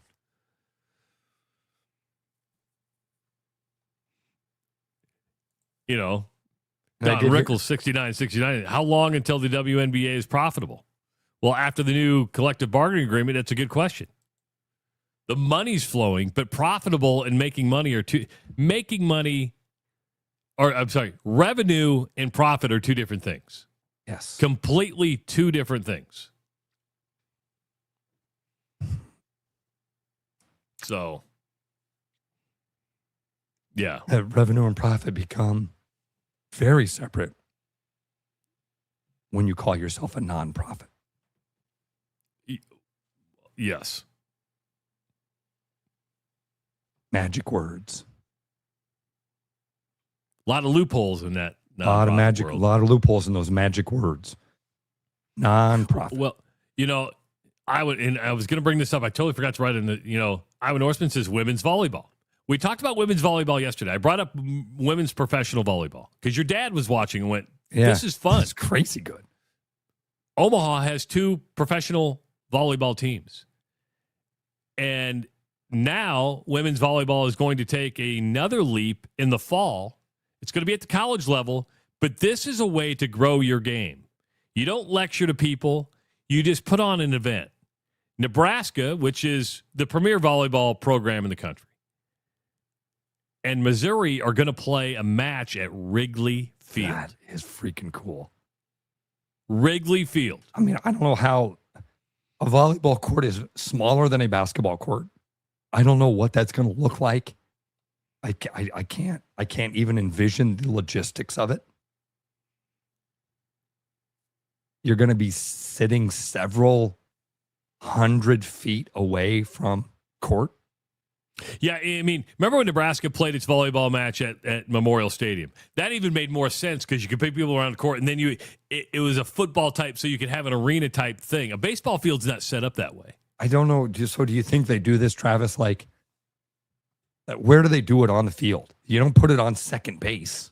No, either that or you take the. You put it you behind probably have to do it in the outfield. I was thinking maybe at home plate. Yeah, you could do kind that. of have it between the dugouts, just underneath the mound. I don't know. Ken, I don't even understand. I just think it's neat that they're doing it. But Cool. I think this stuff like this helps grow the game, and I don't think people care about sight lines and what it looks like. This is an experience. You're talking Wrigley Field, and that's why it's like, okay, we'll do Wrigley Field. That's why my first instinct is, whoa, that's really cool. That's going to be neat. But then second, I'm like, how's that going to look? So that's how you grow the game. I mean, basketball should do. I don't know how women's basketball would do that. I mean, when Iowa played DePaul in Caitlin Clark's senior year at Kinnick Stadium, that was really cool. The cool thing that Iowa wrestling did when it wrestled at Kinnick, they need to keep doing stuff like that. It needs to be top of mind. I'm surprised by this. Ray Q, our resident hockey expert and fan, he says he doesn't like, because I always thought that was a neat thing, Ray, as a whatever you want to call me, top row hockey fan, 10,000 foot hockey fan. You answered your question without realizing it. He's a hockey fan. What does that do? The game at Wrigley isn't for volleyball fans. It's to get new fans to check it out. So when they play in a stadium, Ray, you hate it because you're a purist. You're like, I need a rink. This is what I want. They don't care about you at this point. They care about you because they want you to spend money and be a fan. But they want new fans. They want different people to experience the game of hockey. And if you can get them into a non-traditional place, you go, man, this is pretty cool. So Ray, you're a purist. It would be understandable why you don't like it. However, for somebody who's never seen a hockey game, we're like, hey, let's go check this event out. And then you get them to go back to the arena and watch it. Then that's how you grow new fans. You nailed it, Trav. You know what I'm having for breakfast today? A Core Power with Fairlife protein from Atlantic Coca-Cola Bottling. 26 grams of protein. It's chocolate. Tastes silky smooth going down. So if you stop by your local retailer this morning, whether it be Casey's, a Quick Trip, a Quick Star, grab a Core Power. If you don't like chocolate, they got a variety of flavors. Audrey had a vanilla this morning for breakfast. Did she? Yes, she did. Nice. She says it tastes like melted ice cream. I think that's the best explanation for the vanilla. Ooh, yeah. It tastes like melted ice cream. I talked to Morgan from Atlanta Coca-Cola Bottling yesterday. We got a new product coming out. She said, I'm going to love it. And I'm going to talk about it probably, I think it's coming in stores next week, so I'll be able to talk about it. But you can't tease it. It's water. I can tell you it's water. And you know me and water. I love my water. Hey, if you're done growing your family, a vasectomy might be the right next step. At Urology Center of Iowa, they offer a no-scalpel procedure designed to be simple, safe, and convenient. It's performed right here in Des Moines by specialists who focus on men's health every single day. So take control of your future with confidence. Visit iowauro.com and click Schedule Appointment at Urology Center of Iowa. We see you. It is the Rush Radio Show, powered by Willis Automotive. Game on, keep your edge with Body Armor Sports Drink. Bold flavors, electrolytes, and hydration that goes the distance. Grab Body Armor before the grind, during the game, and after the win. Body Armor Sports Drink. Hydration that's real and better for you. Pick up Body Armor Sports Drink on your next grocery store run or convenience store trip. With the Iowa Lottery's new Millionaire for Life game, you could win $1 million a year for life. That could make you a My Dream Job is No Job millionaire. Front row tickets to every show millionaire. Hire a personal glam squad for you and your bestie millionaire. Yep, a little further. Or just to never run out of your favorite pickles millionaire. With Millionaire for Life from the Iowa Lottery, And these. you can change your life for life. Play today. Woohoo! At Willis, we have a simple philosophy. We treat every guest like a guest in our own home. That means a stress-free environment where you can be cared for by our knowledgeable service team or find that perfect vehicle. Like the stylish Sentra, now leasing for $299 a month with zero due at signing. Or 0% up to 60 months and 3 years of free maintenance on the luxurious new Murano. At Willis Nissan, we're here to take care of you and your vehicle. Welcome to Willis Nissan. Hey, Tanner with Liberty Lawn and Landscape here. It may be chilly now, but before you know it, spring will be here. We are now booking for spring, so get a hold of us to schedule your next project today. Serving the Des Moines Metro, we specialize in a variety of services such as retaining walls, paver patios, edging and rocking, and much more. Now offering 3D renderings to show you exactly how your project will look before beginning. Liberty is proudly veteran-owned and ready to serve you today. Hi, it's Noel. At Fiscus Jewelers, we're honored by the fact that our customers continue to come back on purpose, and that trust means everything to us. For years, we've been privileged to be a part of life's most meaningful moments, and we never take that responsibility lightly. We proudly offer the largest inventory in Ankeny, cutting-edge custom designs, including free CAD drawings, and a team that takes the time to get it right. Thank you for choosing us year after year. Fiscus Jewelers, your jeweler for life.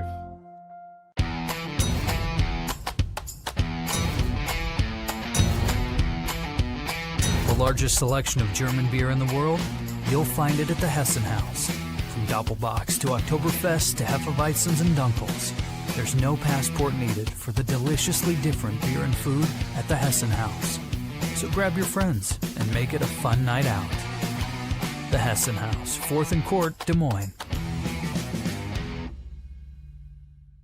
Hi, I'm Tom, owner of Central City Liquors. Our customers love us because we offer a large selection at an affordable price. And to keep costs low for you, we don't splurge on fancy promotions and expensive equipment. This commercial is being shot on a phone taped to a stick. Anyway, we are proud to announce our new rewards program that allows customers to save more the more they buy. So don't spend more to pay for fancy commercials. Save at Central City, where we know what's important. I told you we should have used duct tape. Hi, it's Josh Romick at Willis Lexus. I want to tell you about our Lexus spring sales event we have going on, where you can take advantage of $150 off 4 tires or $75 off a set of 2 tires. Give us a call to schedule or visit us online at willislexus.com. Back like a rash you thought was gone. Travis and Ross aren't contagious, but they are addictive. It's the Rush Radio Show, powered by Willis Automotive. Hey, spring is here, so it's time to love your lawn again. Liberty Lawn and Landscape Solutions does lawn care, landscaping, and more to keep your yard looking great all season long. Head to libertyLawnSolutions.com to schedule your service today. And tomorrow on the Rush Radio Show, Tanner from Liberty Lawn is going to be joining us right around 6:30 to give us some spring cleaning tips and what you can do to make your yard look the best on the block coming up this spring and this summer. So Tanner from Liberty Lawn going to be joining us tomorrow on the Rush Radio Show. Got about a half hour left. Ross, I had this on the docket yesterday, and I didn't get to it, but it's still, I think, topical, and that is there's something brewing in the National Football League that is going to drive fans nuts. So let me take you back to 2012. Do you remember when they locked out the officials in 2012 and they hired replacement officials? Yes, I do. Remember the disaster that My gosh. Was it a Packers Cowboys game? I thought it was a Packers Seahawks game. But either way, whatever it was, where the two officials are standing and one's giving the touchdown, the other one's calling it incomplete. So, right after that is when the officials worked out their negotiations with the National Football League. Everybody got back to work. Well, here we are again in 2026, but the National Football League is being a little bit more proactive. In 2012, they waited until July to hire replacement officials. The National Football League has now given the okay to start hiring replacement officials right now. So what does that mean? These replacement officials, because there's a looming lockout, and the officials and the league are far apart. I mean, so far apart to where they've said, hire the replacements. So they can go through training camp. They can be part of that. They're going to do extra replay enhancements to make sure that these replacement officials get things right and maybe move on without your regular National Football League officials. Some of the sticking points are now, and I've got a friend that is an NFL official, but it's hard for me. What do you think the average salary of an NFL official is? Average salary of an official. You do what, 16? You get a couple weeks off because of the bye weeks. They get those two. I think you get 2 weeks off during the season. So maybe you're doing 15 games? Probably 15 games. I'm going to guess $45,000. $350,000 is the what? $350,000 is the average salary of an NFL official. To call 15 games? Well, there's more to that because they go all the training camps, they go to all the mini camps, and there's other things. There's more than just the games, but is it $350,000 worth? I mean, you just said it. They have to go to camps. And so one of the sticking points is the National Football League is, hey, we want this to be probably more of a full-time job. We appreciate that you have other businesses or you have a job on the side, but we're paying you $350,000. We're going to ask more of you. Oh, by the way, they also get health insurance. Unlike NCAA officials, those guys are 1099 guys. There is no union when it comes to NFL officials. They're independent contractors. And they want to get rid of the seniority thing when it comes to the playoffs. Right now, it's your crew that goes. It's your crew. They want to say, hey, we want to assign playoffs and Super Bowls based on who's doing the best frickin' job. If that guy's a year one official, he should be in the playoffs. It's performance-based. I have a hard time pushing back on a lot of this stuff. I get it, it's a negotiation. But if somebody says, hey, we're paying you a lot of money, we want you to work a little bit more, and here's why, for the betterment of the game, and I don't mean to take the owner's side on this, but $350,000 is a lot of. You don't need another job throughout the year if you're making $350,000 and the NFL's providing you health care insurance. You don't.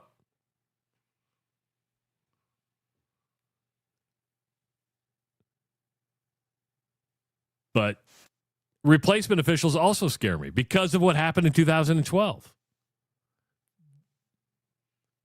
And how many quality officials at the college ranks are going to cross those picket lines? Because you may if you want to get to the National Football League later on in life and you cross the line, do you rub people the wrong way?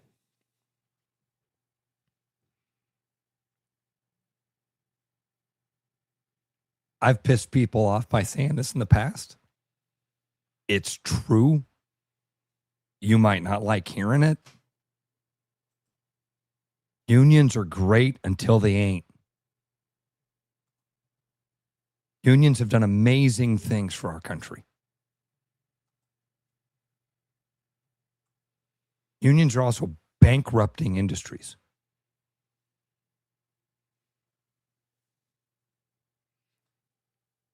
Don't disagree. $350,000 to do. Don't give me this shit about, they got to go to camps. I mean, $350,000 when all these guys have other jobs. Most of them have other jobs. That's a joke. This is a joke. You want to know? I sent an article to you on Friday, Travis, about the Boston Red Sox. It's from the Boston Globe.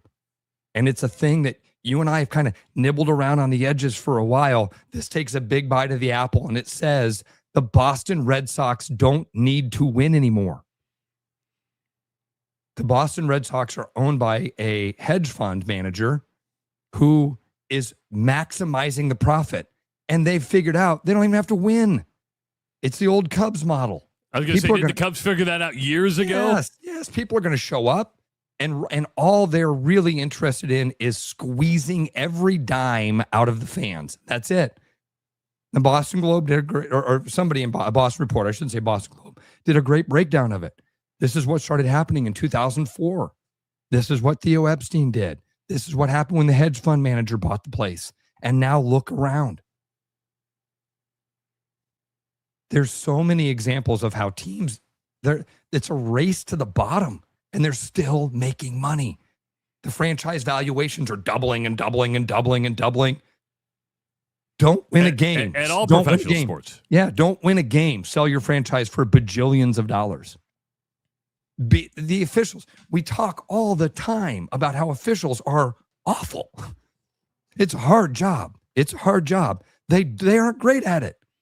Did you see CB Buckner the other day? A guy that's been a Major League Baseball umpire for decades. He's awful. He's awful.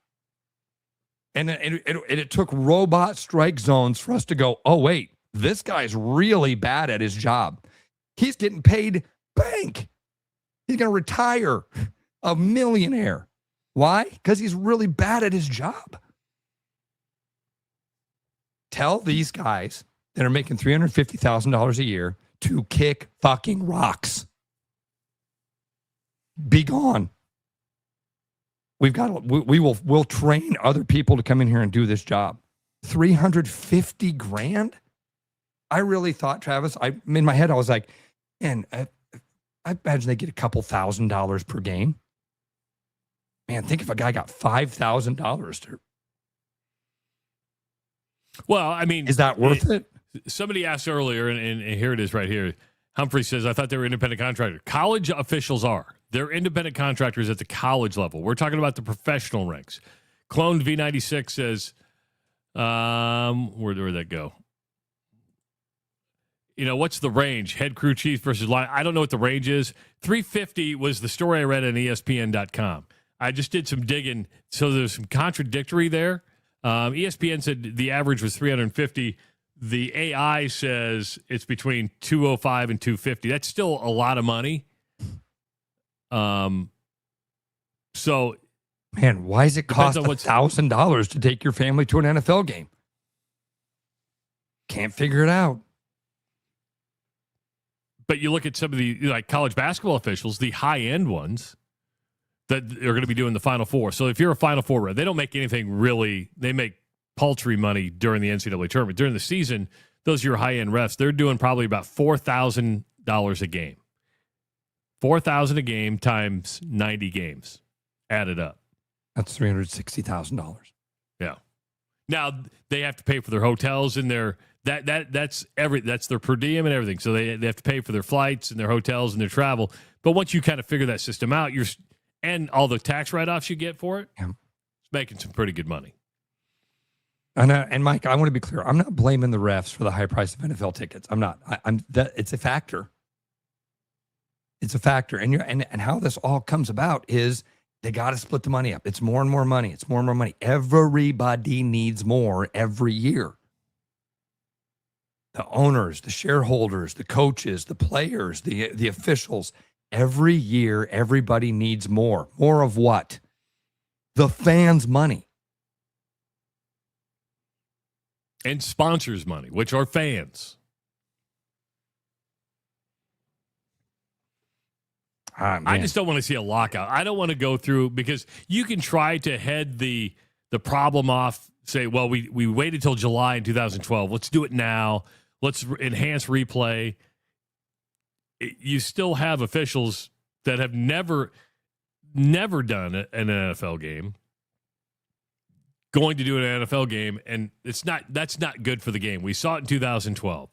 It's going to repeat itself. And the last thing you want, let's go to the replay monitor. Let's go to the replay monitor. Let's go to the replay monitor. No, get it right. Not that hard. I just don't want to see a lockout. And hopefully they can get this thing taken care of. Speaking of the National Football League, Ross, the NFL has announced that it is joining in partnership and has investors like Peyton Manning, Tom Brady, Larry Fitzgerald to form a professional flag football league in both the men's and women's side. And it's going to coincide with the 2028 Olympics. I get that it's funny that this happened. Just in my own neck of the woods, I've heard a lot more commercials for like I-9 flag football. They're like, hey, come play flag football. I watched some flag football the other day on TV. I hated it.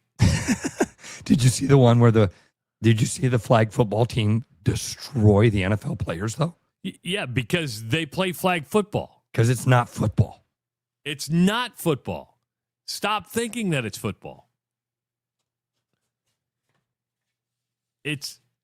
I was watching it going, I would never pay to watch this. Even if it was at a small, like, stadium, I'm not going to go watch flag football. I watched the video of it of the dudes, like, getting low, turning sideways. Have you seen tag? Have you seen professional tag?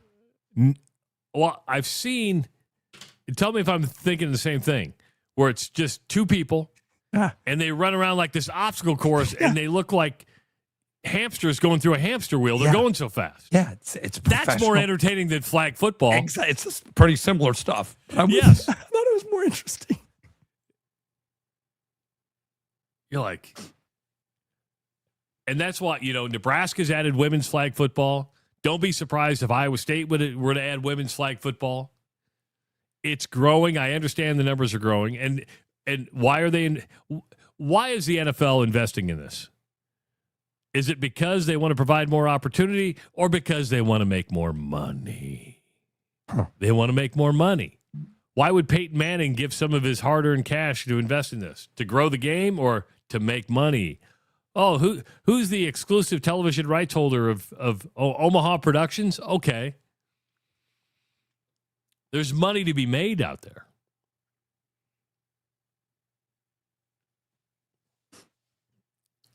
Flag football. Hell, I watched a little of the UFL the other day. I'm like, okay, it was fun till it wasn't. But at least that's football. But I'm like, I don't know these teams. I don't know any of these players. Which got me thinking, do I watch because of the game or do I watch because I know the players? And they're the best at what they do. It's one to think about. Well, I think we watch. Man, that's a really good question, Travis, but feels like we watch. I don't know. That's a really good question. I want to say, again, just thinking about it out loud, don't hold me to any of this, that it has something to do with watching people do things at a level we can't do. But those guys in the UFL could do a thing at a level I can't do. True. But it's like, True. But it's not the same. It's not the same. Yeah. Something different. The Iowa Hawkeyes promote Jay Norvell to the running backs coach position. He came in as a senior analyst, former Hawkeye. This makes a lot of sense to me. Of course, they've had some turnover at the running back position. Norvell is a former Hawkeye. He's been a journeyman coach, and a former head coach. He was at Nevada, then he was at Colorado State. So Jay Norvell will be the running backs coach for the Hawkeyes. Mike Grant is promoted to a senior analyst on the offensive side. This will drive Nebraska fans nuts because he's a former Nebraska quarterback. They'll be like, what are you doing that for? Because he's a professional and wants to coach. There's no allegiances in coaching. The only allegiance you have is your current employer until he's not your current employer anymore. You see this Jaden Ivey story from the Bulls? Yeah, I did. Yeah, he spoke out against the celebration of Pride Month. Is that am I hitting the headline of this right? So he's found God, and he's been talking a lot about his religion lately. He was a scratch the other night. First time he was ever scratched in a healthy status. And then he went on Instagram and started talking about why does the NBA celebrate Pride Month? It's unrighteous. And they waived him right after that. And so they waived him for what they said were anti-homophobic views or whatever. And they're like, yeah, detrimental to the team. You know, his mom is the head coach at Notre Dame, the women's basketball. Oh, really? I didn't know that. Yeah. Interesting. Okay. Rochelle Ivey is her name, and she's the head coach at Notre Dame. Do you think he's just speaking his mind, or do you think because he's like, I'm not the same person I was 2 years. This is a new me, and he's talking about his religion, which is fine. I like it when people do post game interviews and the first person they thank is their Lord and Savior Jesus Christ. No, because Jesus doesn't care who won or lost the game. I don't think so. Yeah, I have no problem with that when people say, yeah, I mean, they do it and you just become accustomed to it. But I'm like, okay, let's move on. But you and I differ on that, and that's fine. We'll. But should they have waived it? Do you think that's detrimental to the team to say, hey, the NBA celebrating Pride Month is not righteous? I mean, you're going to offend a lot of people. You're going to piss a lot of people off. I get that. But is it detrimental to the team? No. No, it's a guy's opinion. And if you don't think the guys have different opinions inside the locker room every single day, and there's not differences, and guys get around it, and all that, then that's silly to think that somehow a locker room becomes a monolith where you walk into the locker room and all of a sudden you go, okay, all 30 of us agree on everything, right? But we live in a world, Travis, where some of this stuff has absolutely been captured. Some of our language has been captured. You can't say that. You can't say that you don't support something or you get fired. Wait, what? What? That's where we are right now. You criticize something and you are instantly part of some ism. You're instantly part of that. You instantly become, you have an opinion that differs from me? Evil, awful, bad human being. Get out. We don't want differences in thought and opinion here. What? What if your opinion differs from mine? And you and I disagree probably on a lot of things. We do. And listen, I have no problem with people being gay. I have a lot of gay friends. I have gay friends. I want them to be happy. I want them to be able to live a life and I want them to be able to protect their property just like I am and make all these determinations based on their insurance and their priorities. They should have the exact same life that I do. Does that mean that I have to stop and celebrate? Pride has always been a strange thing to me. It always has. I've never had any problem with gay people, but it's been a weird dichotomy when they go, hey, we're just like you. We're just like you. Except for once a year, we like to go to Grand Avenue and march down the street in our underwear. What? That's weird. I feel like that's crossed the line. But I can't say that because then I'm homophobic. No, I'm not. I'm not afraid of gay people. I'm not scared of them. I want them to live a happy, wonderful, inclusive life. See, in inclusion over exclusion, I don't think it's not exclusion. It's not exclusion. You're interpreting that way. It's not exclusion. You've been, and quite frankly, you've been taught to hear that. As soon as somebody says something that you don't agree with, kick them out. Use these words. If I say, I don't want the draft because I don't want my son to die for Israel, you're anti-Semitic, Ross. No, I'm not. I love Jewish people. I hate the movement that's happening behind it. We have lost discretion. That's the key word here, discretion. To be able to take an opinion and unfold it. Say, hey, this is where I agree. This is where I disagree. Maybe we can figure some of this stuff out. Does that make me a bad person? In some of your minds, yes. You've heard what I've just said here, and you'd go, oh, my God. Now, Clone says he chose exclusion, so they excluded him. He didn't choose exclusion. He didn't say kick the gay people out. In fact, they're saying kick the straight guy out. They're the ones choosing exclusion, Clone. He voiced an opinion in a country that you're supposed to have a freedom of speech. And I know that doesn't take you from freedom of consequence, but what's the consequence here? He lost his job for his opinion that just said, hey, I'm not a fan of all this.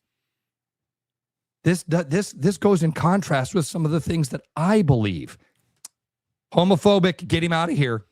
See, and that's why I don't like the words inclusion and exclusion. I get exclusion. I don't like inclusion because usually when people say it, it's only inclusive to what you believe. Like yes. When I'm on my walk, I'll see everybody's welcome here. So if I walked in like a MAGA hat and Trump is great shirt, and I don't own either, by the way, just to let everybody, but I'm using this as an example.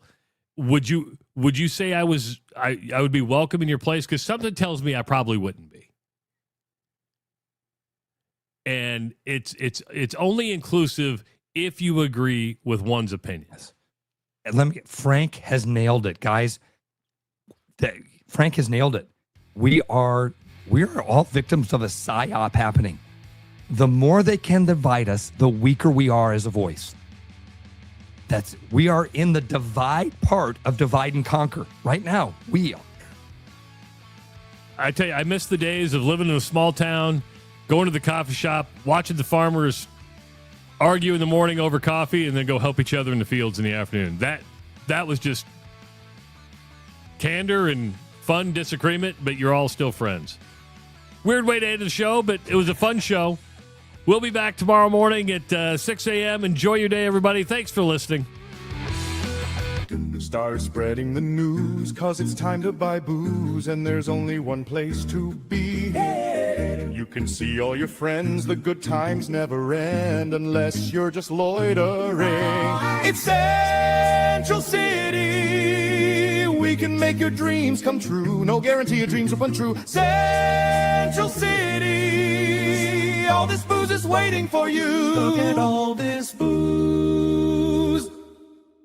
Hi, Noel from Fiscus Jewelers. Thinking about popping the question? Take their breath away with a diamond you can trust. Rare and forever natural diamonds. Thoughtfully selected and pre-screened using advanced technology. If you don't see exactly what you're looking for, we'll custom design it together. Our experienced team is here to help you create something truly meaningful. And let's not forget about the guys. We proudly offer the largest selection of men's wedding bands around. Fiscus Jewelers, your jeweler for life. What's wrong? I hit a gnarly pothole on the way in. My steering feels off, harsh ride, nasty business. Hitting the pothole can wreak havoc on your suspension. Did you know for the month of March, if you bring your vehicle to Willis Cadillac, we'll give you 20% off a tire rotation, balance, and alignment. What? Yeah, I know, James. We both work here. We sure do, buddy. And you can schedule online at williscadillac.com. I know. What's going on? Great savings. That's what's going on for me and you. With the Iowa Lottery's new Millionaire for Life game, you could win $1 million a year for life. That could make you a My Dream Job is No Job-ionaire, a front row tickets to every show-yonaire, a hire a personal glam squad for you and your bestie-yonaire. Yep, a little further. Or just to never run out of your favorite pickles-yonaire. With Millionaire for Life from the Iowa Lottery, you can change your life for life. Play today. Keep your edge with Body Armor Sports Drink. Bold flavors, electrolytes, and hydration that goes the distance. Grab Body Armor before the grind, during the game, and after the win. Body Armor Sports Drink. Hydration that's real and better for you. Pick up Body Armor Sports Drink on your next grocery store run or convenience store trip. Missing a quality home-cooked meal? You know, the kind Mom used to make? Lucky for you, we found her recipe book. Welcome to the High Life. Welcome to the champagne of bars. Back to the rush. Strong opinions, weak filters, and just enough sense to stay on the air. It's the Rush Radio Show, powered by Willis Automotive.